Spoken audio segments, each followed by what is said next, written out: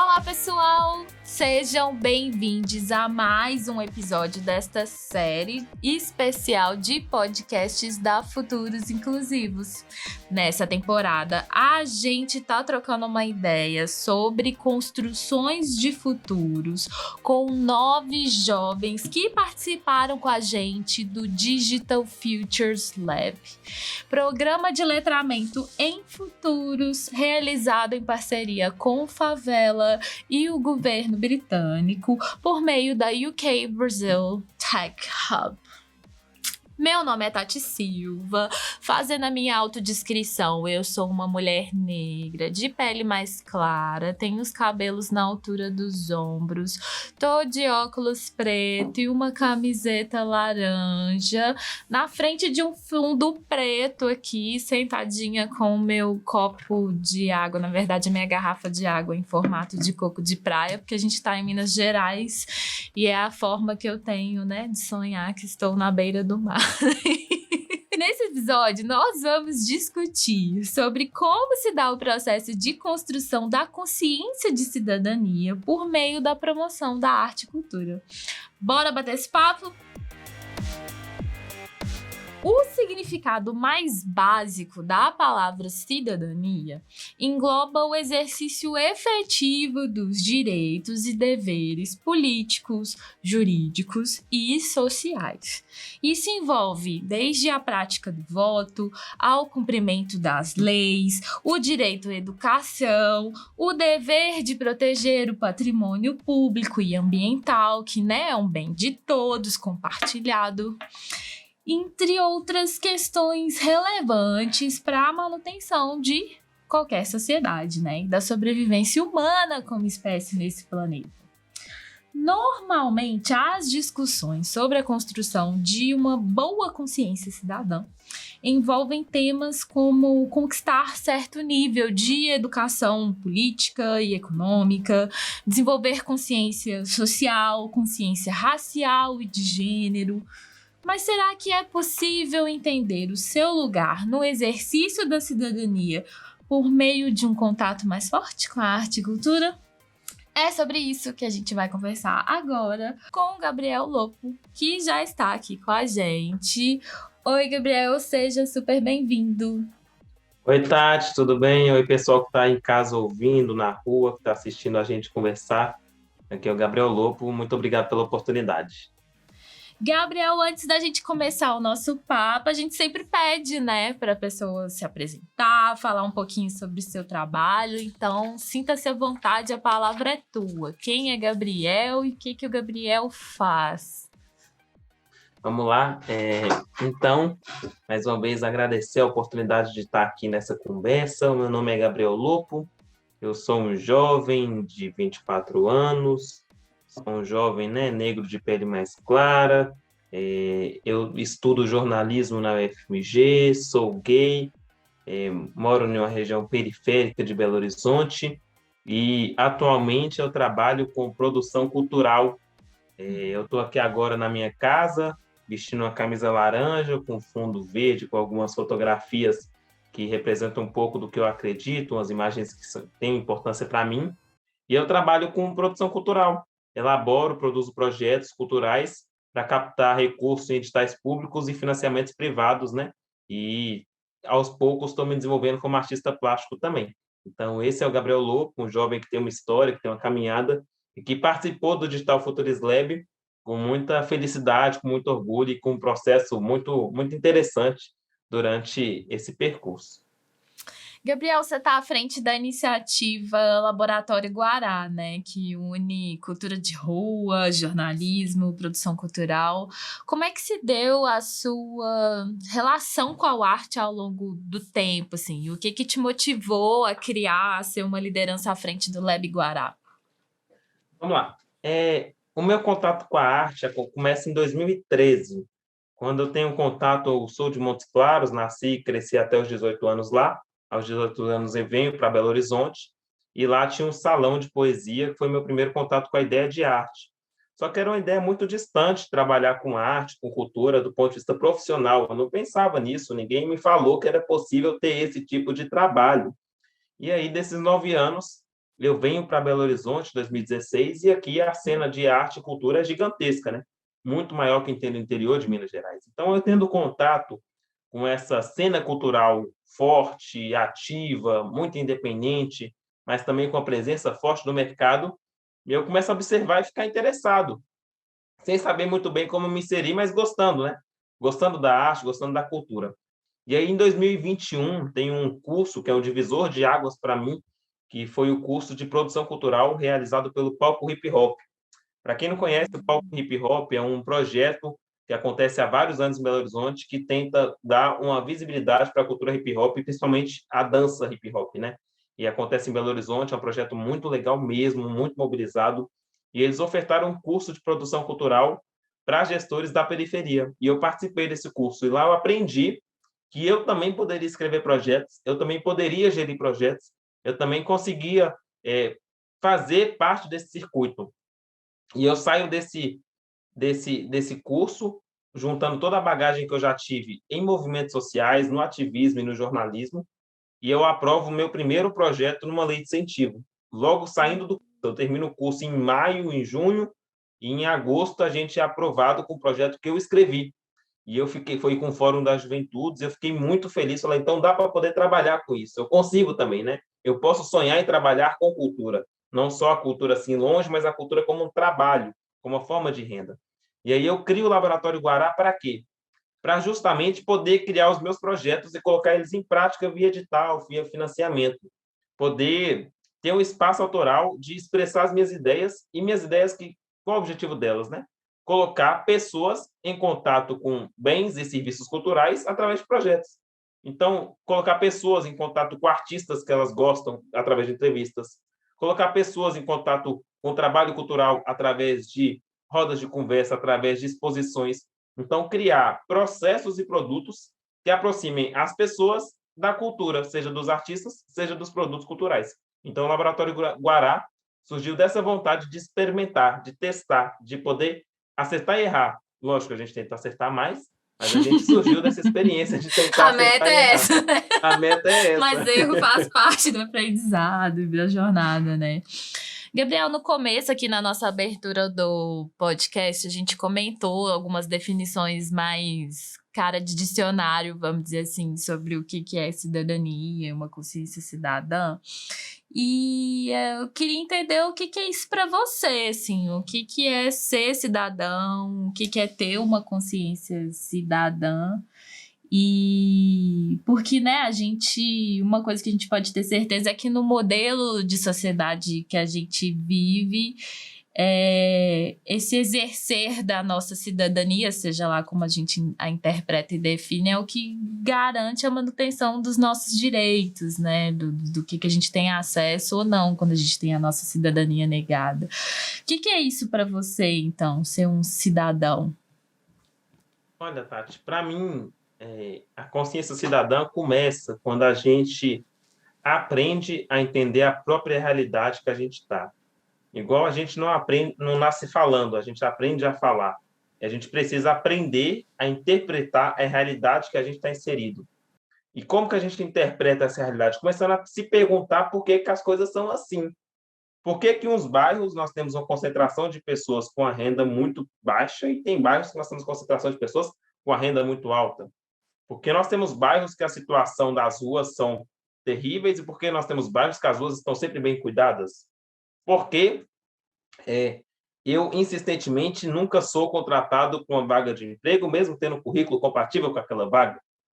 Então, quando a gente começa a trazer esses porquês para a nossa vida, para a nossa experiência, para o nosso território, para a nossa vivência, a gente dá o primeiro passo para se tornar uma pessoa, para exercer uma consciência cidadã. Questionar, não se contentar, perguntar o porquê. Porque, e o segundo passo é pensar, isso aqui poderia ser melhor. Isso aqui poderia ser melhor não só para mim, mas para o conjunto da minha comunidade. Ou seja, estou no bairro, no meu bairro tem um posto de saúde que é muito precário, falta médico, falta remédio, falta tudo. É sempre pouco, nunca tem o necessário. Então, começar a acreditar que é necessário que aquilo ali mude e se engajar pela mudança. Nós temos uma situação, por exemplo, a escola do bairro está ruim, A quadra quebrou, está abandonada a quadra, não funciona. Então, isso atrapalha os jovens do bairro, as crianças do bairro. Então, como que eu posso me engajar para transformar isso? E esse engajamento, a partir do momento que você entende sua realidade, você quer mudar ela, às vezes você até não pode se engajar diretamente, mas pode apoiar quem está se movimentando para transformar. Aí eu não posso me engajar porque eu tenho que trabalhar, tenho que cuidar de casa, mas eu apoio as pessoas que dedicam parte do seu tempo para fazer mudanças que vão afetar a minha qualidade de vida. E esse movimento de consciência cidadã, ninguém é cidadão sozinho. Ninguém alcança a cidadania sozinha ou sozinho. Então, eu só alcanço a minha cidadania a partir do momento que eu e a minha comunidade, seja a minha comunidade LGBT, o meu bairro, a minha rua, também acessa mais direitos com qualidade. Direitos com qualidade. E aí, vai desde a pequena escala, que começa na sua casa, e pode até a questão da política internacional e nacional.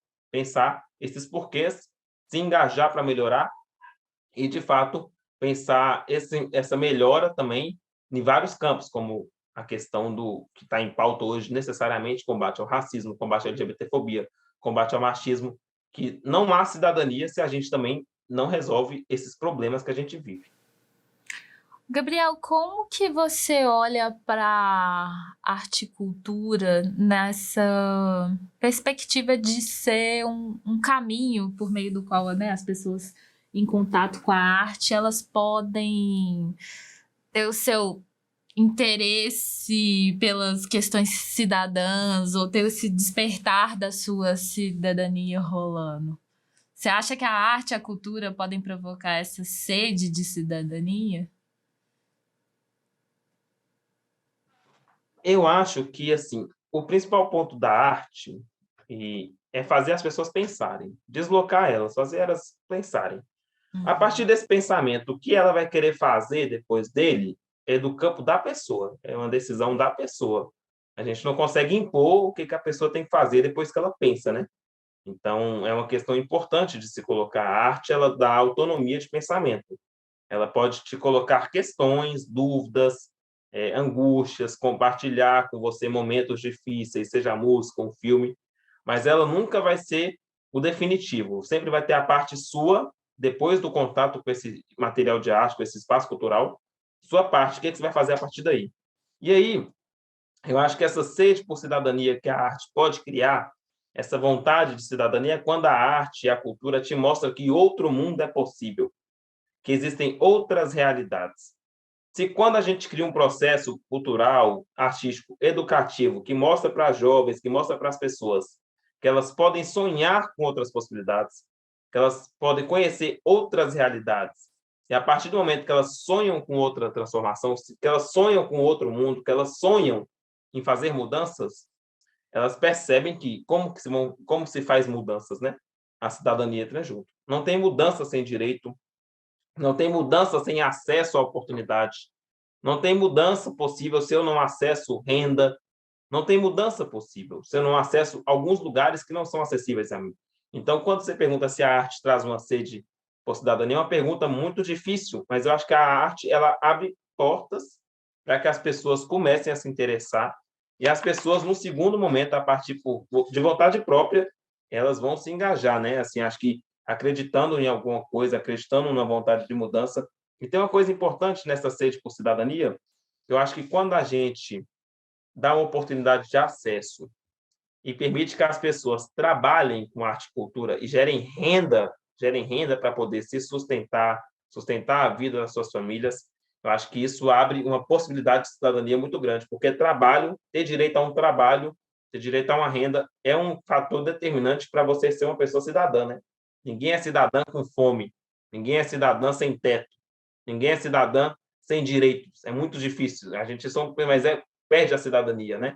Então, acho que quando a gente trabalha a questão de renda, a questão de um trabalho na arte, na cultura, a gente abre um leque gigantesco para que a pessoa exerça a sua cidadania, tal qual qualquer pessoa que trabalhe em outra área. Então, a arte tem dois campos: no contato com a arte, no trabalho com ela mesmo, assim, com a cultura. E como é que você avalia hoje o acesso das pessoas, né, a essas diversas formas de arte, assim, a difusão dessas expressões artísticas para todos os espaços?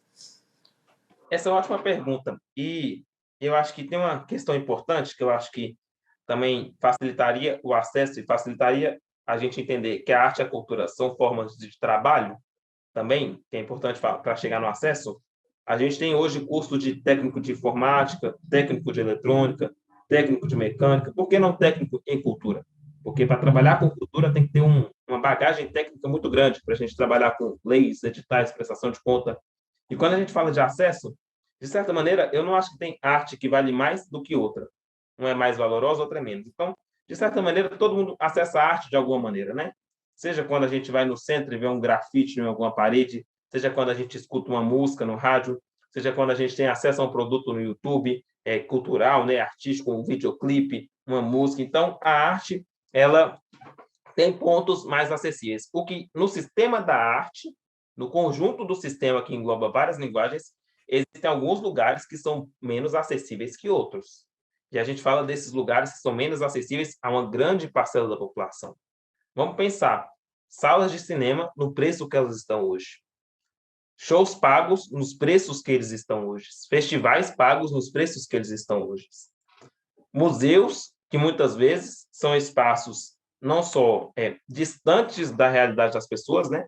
Por conta de que, para chegar no museu, eles são tão elitizados nas formas como eles constroem aquilo ali, pensar a estrutura do museu, pensar para quem o museu é voltado, quem vai conseguir entender o que traz o museu, e o aspecto simbólico, né?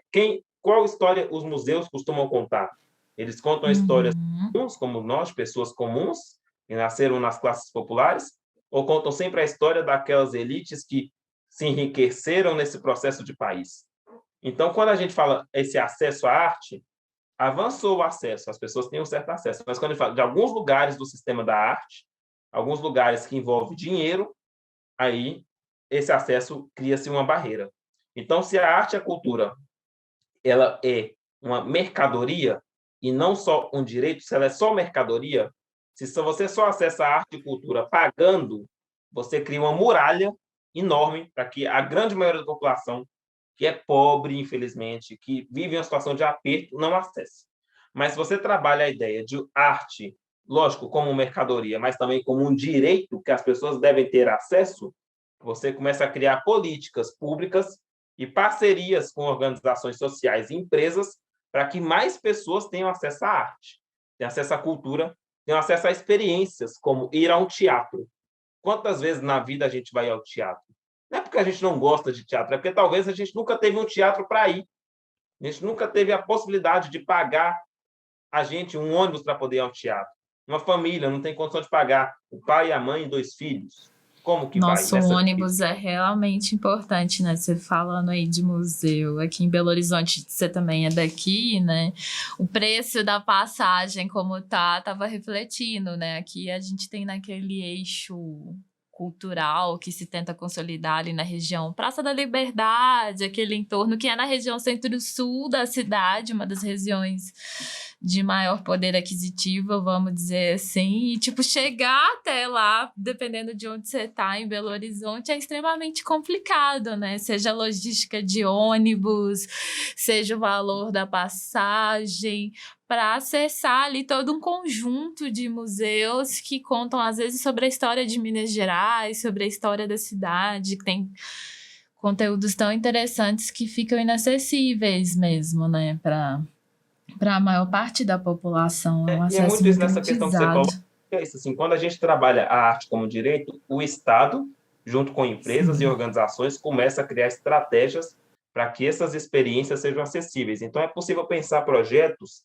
que, por exemplo, trabalha a ideia de um transporte coletivo gratuito em determinados dias da semana para poder que as pessoas possam ir nesses espaços. Então, existem possibilidades. O que falta muitas vezes é vontade política e compreensão de que isso é importante e que talvez é bom para as empresas, é bom para o Estado, é bom para a organização social e é bom para a sociedade, né? Esse circuito articulado.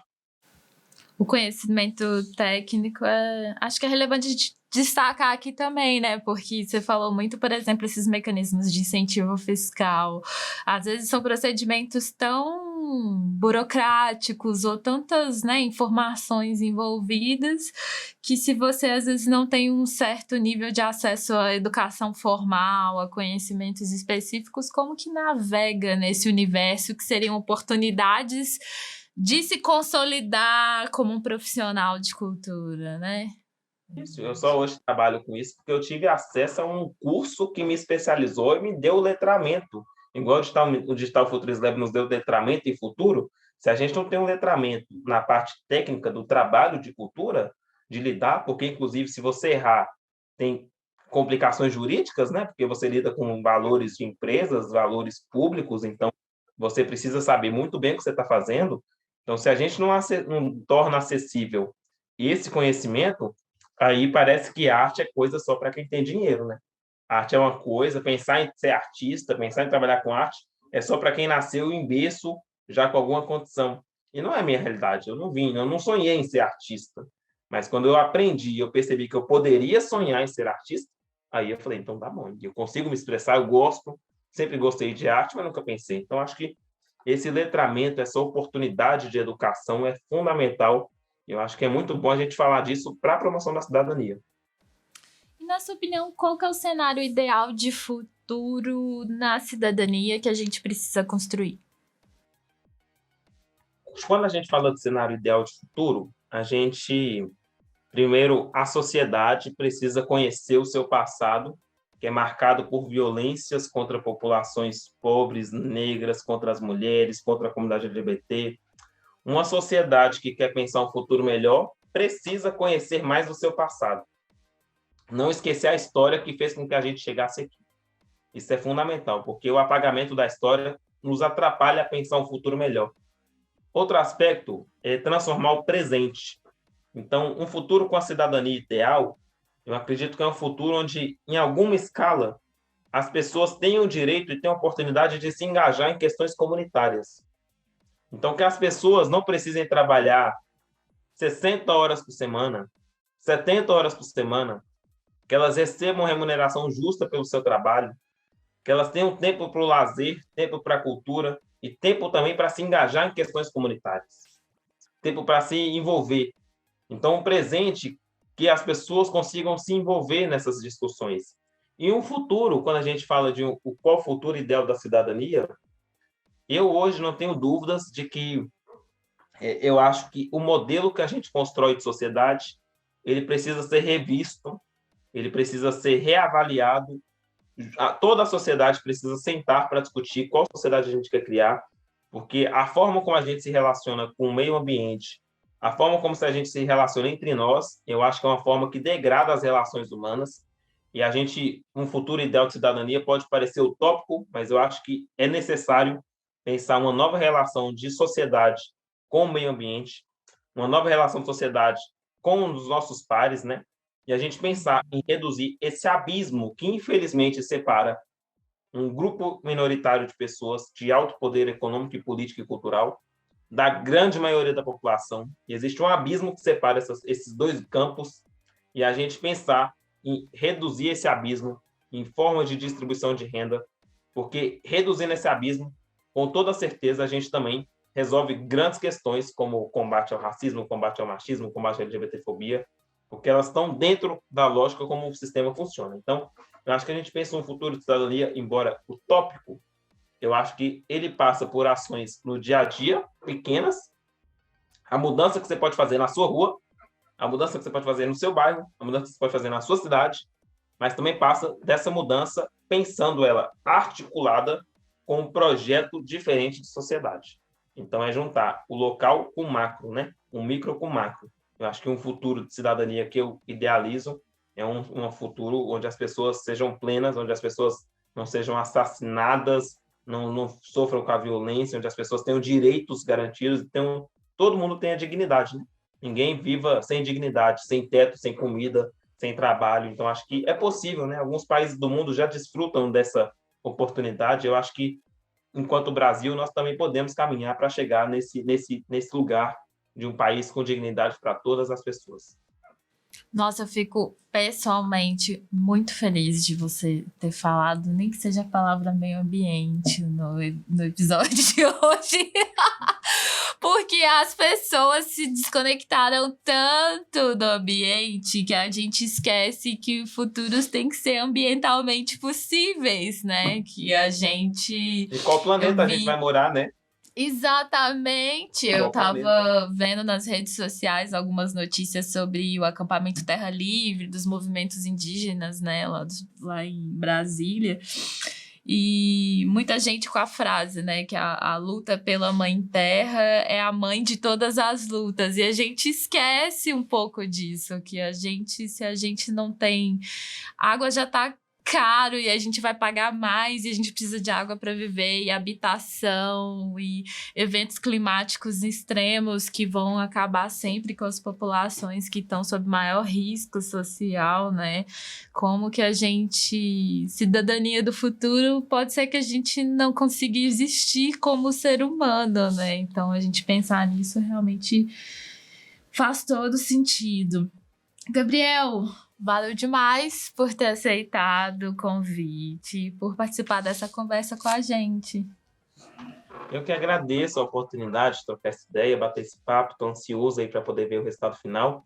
E conta comigo aí, com o Laboratório Guará, não só mais Favela, mas todos os parceiros e parceiras que a gente criou nessa caminhada. Então, valeu demais, Tati. Tamo junto. Precisar só da ideia. Se alguém quiser te seguir, saber um pouco mais sobre o seu trabalho, onde que a gente te encontra, quais canais você está mais ativo de comunicação? Vamos lá. Primeiro, deixar meu e-mail, né? gabriellopo@gmail.com, bem fácil assim, um e-mail bem tranquilo. Nas redes sociais, @labguará e @gabriellopo, com 2 Os no final. Então, acessando essas duas redes, vocês conseguem ver um pouco do trabalho. E lá também tem links para portfólio, tem links para outras plataformas que têm um conteúdo maior sobre o que eu desenvolvo, né? Mas de maneira sintética, e-mail e redes sociais, a gente está sempre aí disponível, acessível e respondendo todo mundo que chegar com alguma questão. Por fim, tem algum material, seja vídeo, leitura, alguma coisa que você consiga pensar, assim, que você acha que vale muito a pena indicar, caso alguém queira sei lá, aprofundar mais ou navegar um pouco mais nesse tema de cidadania do futuro, pensando pela arte e cultura? Cidadania de futuro, pensando Pensando na arte e cultura, aquela tipo, esse conteúdo é muito massa, é muito chave, acho que todo mundo tinha que...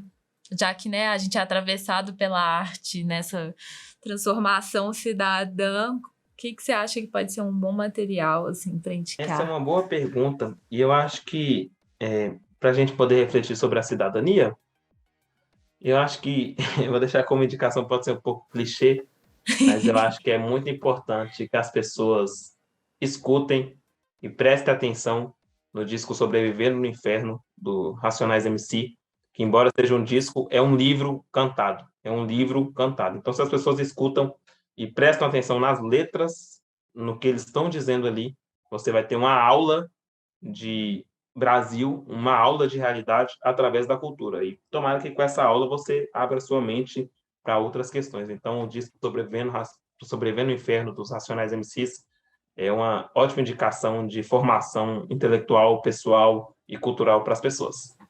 O rap é o primeiro livro de muita gente, né? Exatamente, o João exatamente. Da Futuros também fala muito isso aqui.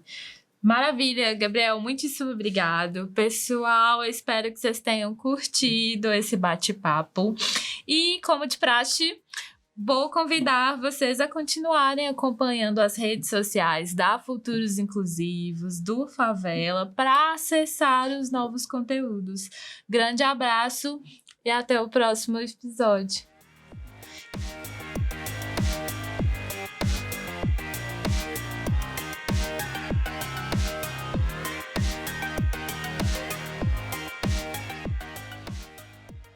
E até o próximo episódio, porque eu tô com retorno. Até o próximo episódio. Até o próximo episódio. Valeu, Tchau, Gabriel. Obrigada, Falou. Viu?